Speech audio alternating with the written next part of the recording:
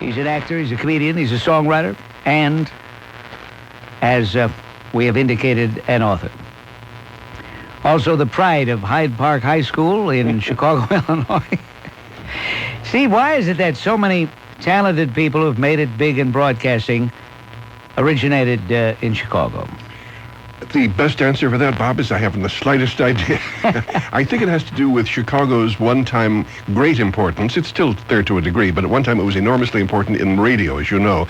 If you lived in the general eastern third of the country and had ambitions to elevate your career in radio, you were aiming at New York. That's the Big Apple. If you lived in the Midwest, you wanted to eventually get to a Chicago station. In the West Coast, of course, you were headed for either San Francisco or L.A. So that has something to do with it.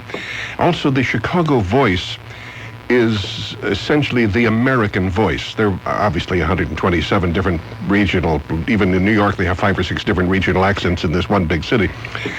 But Chicago is considered the radio voice, way to speak. Not always the Chicagoans on the street, not the guys that say the Bears and this and that, but the more cultured radio announcers.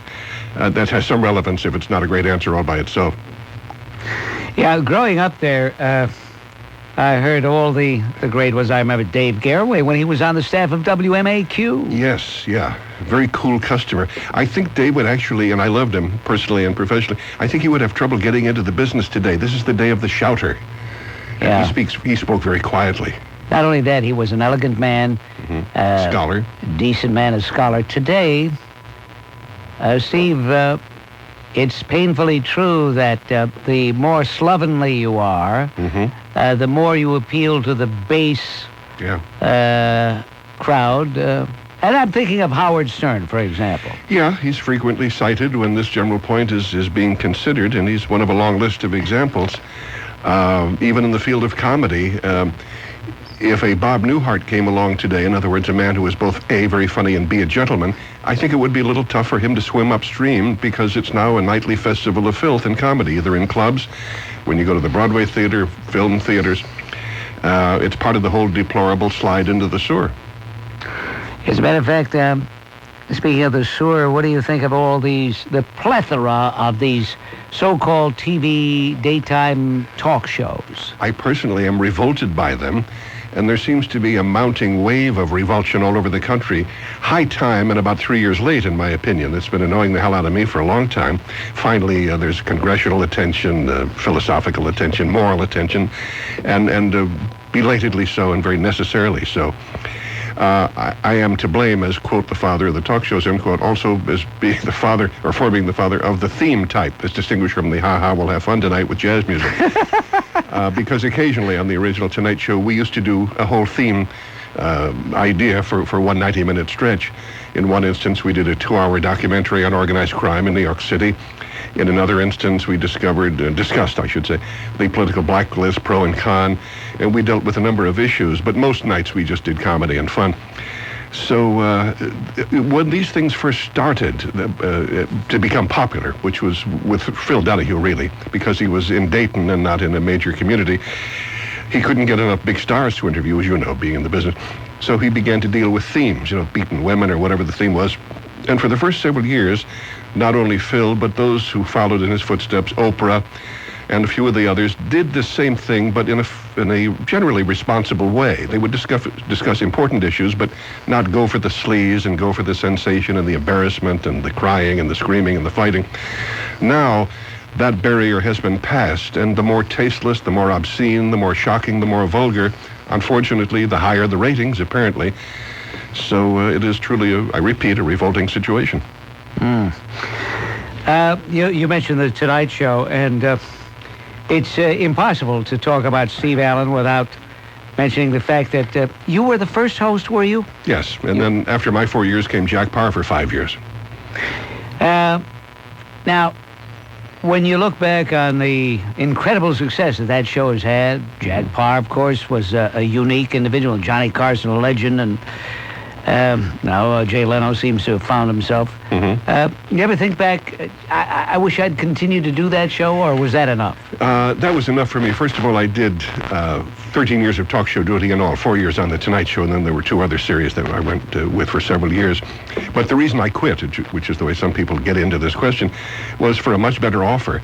For a while, simply because The Tonight Show had good luck in those days. There was no competition, so how could we do badly? Even if the show had been very inadequate, we still would have done well in the ratings.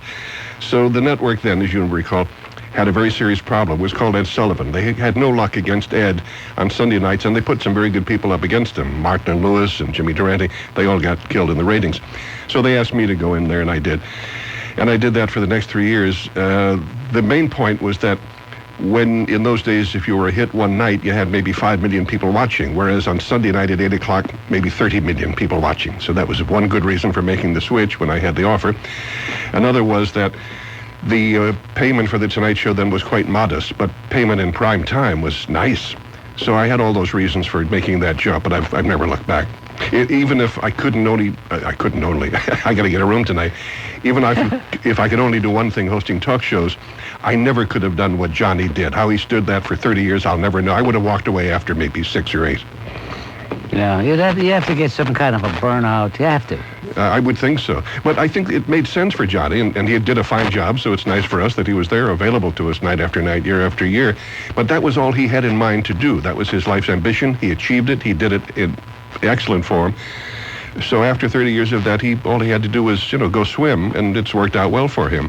In my case, I had 48 other things I wanted to accomplish. And could accomplish and have accomplished. And we're going to talk more about the man who turned back the clock. In just a moment, I'm going to ask Steve why the title. We'll go public, by the way, if you want to talk to Steve Allen. And I don't say this gratuitously. I say it because I believe it's deserved. The man is a legend, ladies and gentlemen, and a modest legend in my summing up, but a legend nevertheless. So if you want to, when I say modest, I mean he doesn't think of himself as a legend, I'm sure, but he is. 212-563-WABC. If you're calling from New Jersey, 201-489-WABC. From Connecticut. And Jack Parr, I know you listen to this program up there in the Red Barn. That's what he calls his house, Red Barn. I know you listen. I get fan mail every now and then from Jack. It's, good. It's such a thrill to hear from somebody like Jack. Maybe you're listening, Jack. Maybe you might want to talk to Steve. Anyway, from Connecticut, 203-862-WABC. All right, Steve Allen, the man who turned back the clock. That's the title of your book. Why? Well, it's a collection of my short stories, Bob, the fourth such collection over the years. I read a lot of short stories. And the title of the book is simply the title of one of the stories, and the publisher decided that of all the possible titles, would be the one on the front cover. But once a book gets out, of course, then the critics and the readers make up their own minds as to which stories they find most interesting. And the one that I'm getting the most feedback on is a science fiction tale titled, quote, "The Day the Jews Disappeared." It addresses the question of the ancient problem of anti-Semitism, and it describes what would happen if tomorrow morning we all woke up and there were no more Jews left in America, or it turns out around the world. They quickly find that out in about 1 or 2 days, and after that people will have to read the rest of the developments. Another story that has occasioned a lot of comment was originally published some years ago, but here it is again. It's titled "The Public Hating." The premise of the story is that it's sometime in the future, let's say the year 2017, something like that, and about 80,000 people are gathered in Yankee Stadium for a public execution. Now, ordinarily, this would be just one more of thousands of executions that have taken place down through the centuries, except this happens about 12 years after, for good or bad reasons, capital punishment has been outlawed in the United States. At which you might say, wait a minute, you just said outlawed. How then can they have a public execution? Well, what was outlawed was death by shooting, death by hanging, by electrocution, that sort of thing. And what the 80,000 are gathered to do is hate a particular criminal, a despised individual, to death. So there, as Laurel and Hardy used to say. It almost sounds like a Rod Serling script. Yeah, it's a little Twilight Zoney. I do write a certain amount of science fiction, but there are some stories in the book which, well, there are a good many that are autobiographical, in fact. You, as a radio man, might be interested in the very first story, which is titled The Sunday Morning Shift. As you know, that's the least popular shift among radio people. And as the new man at a CBS station in Arizona when I was in my 20s, I was given that shift, had to get up about 4:30, open the station at 6, go home at 12. And most of my duties on Sunday mornings consisted of introducing Reverend this and Reverend that and putting them on for the Holy Gospel Hour or what have you. I won't give away the story here on the air, but it's autobiographical, and what I describe in the story did indeed occur, and it's quite interesting. There's another true story, although I was not a participant in the actual drama. The title of that one is One Reason Television is So Terrible. And it's a story that makes you angry when you read it, but it did happen to one TV executive. You had a story, a little short story about Jack Parr that you wanted to share with us. Why don't you do yes. that? Yeah. It's not a short story. That's right. I meant it's just an account of something that did happen. I was watching The Tonight Show. I think this was, about a year or so ago. And Jack made what may have been a true surprise walk-on with Jay. I don't know whether Jay knew he was there or not. It doesn't matter for this purpose. But he got a well-deserved ovation from the audience because he had not been announced as one of the evening's guests. And he only stayed on about 2 minutes. I don't think he ever sat down. And he said, I'm not going to stay, Jay. I don't want to interrupt your show, but I just wanted to wish you well now that you're here in New York, or whatever the reason was. And he and Jay just reminisced about Jack's old days as host of the show. And then Jack said what I thought was a marvelous thing, and I sent him a fan letter about it. I said, I happened to be watching the other night, and good for you for saying what you did. He pointed to the chair right next to the host's desk, and they both said, in effect, good Lord, when we stop to think of the eminent, famous, talented people who have sat in that chair. And they mentioned some greats who had been their presidents and great artists and philosophers. And then Jack lowered his voice and took Jay by the arm and said, Jay, please promise me one thing. This is your show from now on, but do promise me one thing. Never let Madonna sit in that chair. Yeah. And I thought it was very funny. Vintage Jack Parr, Yeah. indeed. Okay, let's take some telephone calls. And having Steve Allen here, you don't even have to ask him to put the earphones on. He knows. He did it already. Michael, you're on WABC with Steve Allen. What's on your mind? Hello, Bob. Yes. Are you there, Michael? Hello? Hello, Bob. Yes? Thanks very much for taking my call, and thanks for having a wonderful guy like Steve on the show. Your show, of course, is always great, but it's even enhanced with Steve Allen. Steve, over the years, I've read many of your wonderful books, and you're an extremely articulate man and someone who has articulated a subject that is of interest to me, which is mind control and cults. Mm-hmm.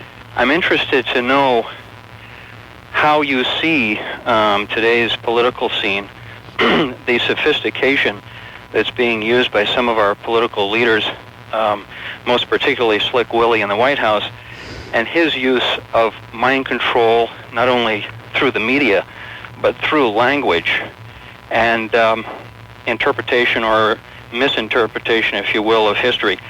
I'll hang up and just listen to you speak your wisdom. Thank you. All right, Mike.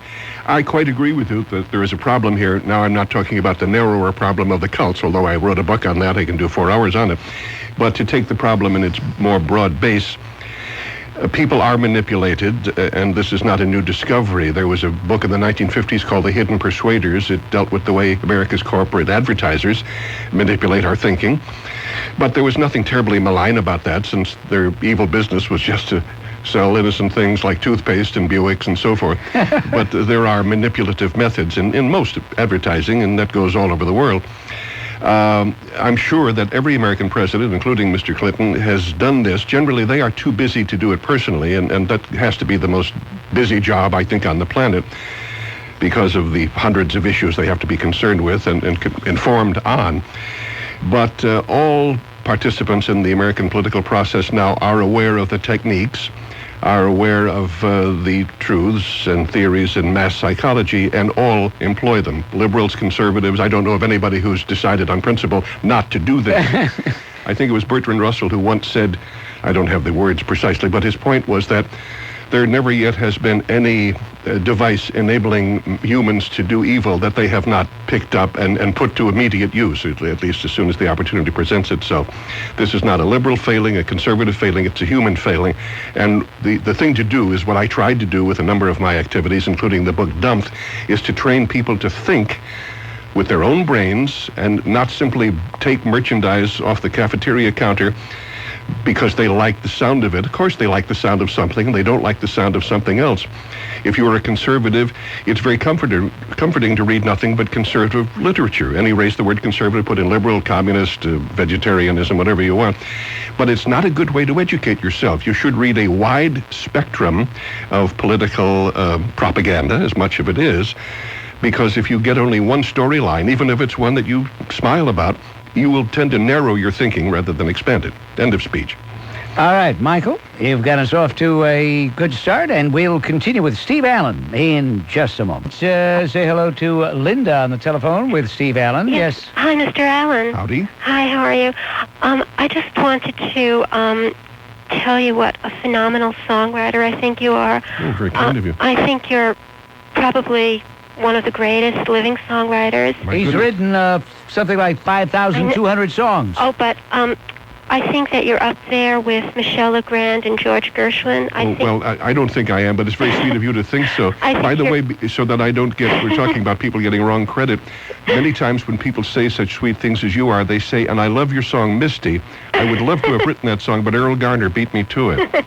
But thank you for your general thought. Okay, thank you. Hello, hello? Yes? Yes, Mr. Allen, what I need is there any way that I can get the sheet music to the songs on the Ann Jillian album? Yes, I'll send you all 12 of those I would love that. songs on paper. That's so fantastic. Want me to just give you my address on the air here? Go right ahead, Steve. Sure. Got a pencil? Yeah, sure. It's 15201. 15201. Burbank Boulevard. Burbank Boulevard. Van, V-A-N, Nuys, capital N-U-Y-S. Van Nuys. California. Yeah. 91411. 91411. Yeah. And I just wanted to say one more thing. I think your wife, Jane, is the luckiest woman in the world to be married to a wonderful man like you. You're very, and I think I'm the luckiest guy. By the way, she was marvelous last night on High Society on CBS. Did you see her by any chance? Did you happen to see her, Linda? If not, you can catch her next Monday night. How is Jean? She's fine. She's even busier than I am these days, partly because, as I say, she's on this new thing called High Society. In fact, we had planned to spend an extra couple of days in New York, but she has to go home in the morning to rehearse for the next show of that series. Huh. Okay, it's Ron from Queens with Steve. Go ahead, Ron. Hello, Mr. Allen. I was wondering if you could recall an episode on your program 63 when you had a Mr. Zapper appearing on the program. Frank Zappa? Frank Zappa, yeah, right. Oh, sure. I can tell you exactly what he did. Yeah, what instrument did he play? Sledgehammer, actually. That's one of the things he did. He wielded a sledgehammer. Another thing he did was play either a bicycle or a bicycle pump, or the two of them together. I must explain, this was before he was, quote, the famous Frank Zappa. We used to book a lot of odd people, I'll put it that way. I didn't book them myself, but I would have great fun with them. The people on our staff would say, boy, we got a doozy for you tonight. And some guy would come out and say he's eaten nothing but, cornflakes for 12 years or whatever. And we'd start from there. So one night, somebody said, our next guest is a gentleman named Frank Zappa. They didn't tell me what he did. So I walked over and met him in the middle of the stage. I said, hello, Mr. Zappa. Now, I noticed that they'd closed the curtain while I was talking to him behind us. I said, what do you do? And he said, well, we'll get around to that in a minute. I watch your show, blah, blah, a little small talk. So I said, well, whatever you do, could we see it now, please? The dancing or the violin playing, whatever it might turn out to be. And he said, yeah. So he signaled, they opened the curtain, and someone had quickly moved on an old car. Not a 1912 car, but maybe 4 or 5-year-old model of something, a Chevy, I guess. And I said, are you going to change the tires or polish it? What are you going to do with the car? There's not much room to drive it around the stage. And he said, well, you'll see. So he whistled, and 3 or 4 guys also carrying sledgehammers walked on, and to the accompaniment of some wild music from our band, they destroyed the car for the next 5 or 6 minutes, smashed the windows, the fenders, the bumper, everything fell apart. And that was my introduction to Frank Zappa. Yeah, I heard the tape of it, and the result of it is in destroying the car, he actually produced some sounds that might be called music. Ah, well, I'm glad you said mice. All right, thank you, Ron. When you would break up, you would go into this almost like a Cackle. falsetto, Yes. a super soprano giggle. Yes. Apparently, I'm the only person with about 4 separate laughs. There's the kind of all-American, the low-level chuckle, and then there's the more hearty laugh. I laugh easily. I love to laugh at other comics or dogs or whatever. Everything strikes me funny. The whole universe is ridiculous, I think. But when I really lose it, then there's the crazy cackle, which sounds a little like my mother. Oddly enough, my oldest son, Steve Jr., who's a perfectly sane and responsible physician, laughs just like that when he breaks up. Okay, we're going to continue with Steve Allen, author of The Man Who Turned Back the Clock and other short stories published by Prometheus Books. And we'll get back to Steve in just a moment. And this time it's Tom on the telephone from Passaic. Yes, Tom. Good afternoon, Steve and Robert. Hi, Tom. Okay, I have 2 questions for you, Steve. Mm-hmm. Number one, I saw you're in a cameo in Casino. I hope you didn't blink or you would have missed it. Well, you're on for a little bit longer than that, I would think. But anyway, there was one particular actor in that movie. I mean, its stock in trade is volumes of profanity. Yeah. What is your opinion? You mean about the use of the profanity? Yeah. I mean, you can make a point, Sure. but after a while, I mean, Yeah. it's... In that particular case, I'm known because I shoot my mouth off all the time about the degree of vulgarity generally and just what I call toilet paper humor, needlessly vulgar comedy. So you might think I would be a critic of that picture. I'm not, and it has nothing to do with the fact that I love Martin Scorsese, nothing to do with the fact that I'm in the movie along with my wife, Jane. In that sense, I think it's dramatically justified because that's the way those folks talk. So you're not going to make a realistic picture if they say, "Oh, heck," or "What the hell are you talking about?" They don't talk that way, and we know how they do talk. I make a comparison with a play I saw about 30 years ago when the black playwright Leroy Jones was still called Leroy Jones. Now he has another name. And it was called The Toilet. I think it was a one-act play. Powerful drama, great drama, an all-black cast, and it showed what happened, or what could happen, I should say, in a particular boys' toilet in a typical Harlem high school. Every word was MF, every sentence and all that. And I didn't object. If there had been an audience of children, I would have stood up and objected out loud. Everything has to do with the audience. If somebody wants to go to Las Vegas at 2 in the morning and see Buddy Hackett do his act, which is A, very funny, and B, very dirty. At 2 in the morning, the 57-year-old men in the audience are not going to walk out any more depraved than they already are. But if he did that same act for an audience of 10-year-olds, I would love him, but I try to have him arrested. So everything depends on the context. Marty, you're on WABC with Steve Allen. Go ahead, Marty. One of the most overwhelming experiences of my life was the very first time I saw Steve Allen blow jazz on a piano. And how do you mean blow it? I said to myself, my God, where have they been hiding this guy? This is the real thing. This is the way music is supposed to be. I wouldn't even guess how many years ago it was, but I just want to say, I don't know why in this country today we even bother putting the word talent in our dictionaries anymore. Because when you look at a Howard Stern or an Andrew Dice Clay, people that have absolutely no talent whatsoever, and you look at the money that these people are commanding, you look at the ratings that they are enjoying, the following they have, it's got to make you sick, Steve. And something else that bothers me is the fact that it seems that 99% of all of the music and 99% of all of the music and movies are put out for kids. And all right, how about that? Let's address that, Steve. A lot of what Marty from Barrington says is true about appealing to the kids. Yeah. This is a very good point. I've been helping for the last 5 or 6 years an organization called the Dove Foundation. They're based in the Midwest. And they've made a wonderful deal with the gentleman who's the head of the Blockbuster video chain of stores, as a result of which he won't carry any really pornographic X-rated or R-rated material. What they are trying to do is not censor Hollywood. That doesn't work, and certainly not if the government has a hand in it. We tried that in centuries past. It's never been a big success. But he's trying to shame those who are guilty of the more sleazy fare, and it's worked very well. Time Warner finally got so often shamed and criticized, and here they're one of the world's giant corporations and enormously powerful in the entertainment industry, obviously, that they have drawn back. They're no longer putting out some of the more disgusting and dangerous rap music about killing cops and raping women and so forth, and showing a terrible disrespect for just about everything in our society. So criticism and the inculcation of guilt can help. It's a slow way, but but it's the American way, let's say, and it's having a little effect, if not fast enough. Beyond that, one tends to go into a 4-hour lecture, but there is a serious social problem here. I'm a champion of the Golden Age music, which was a roughly 30-year period consisting of the 1920s, 30s, and 40s.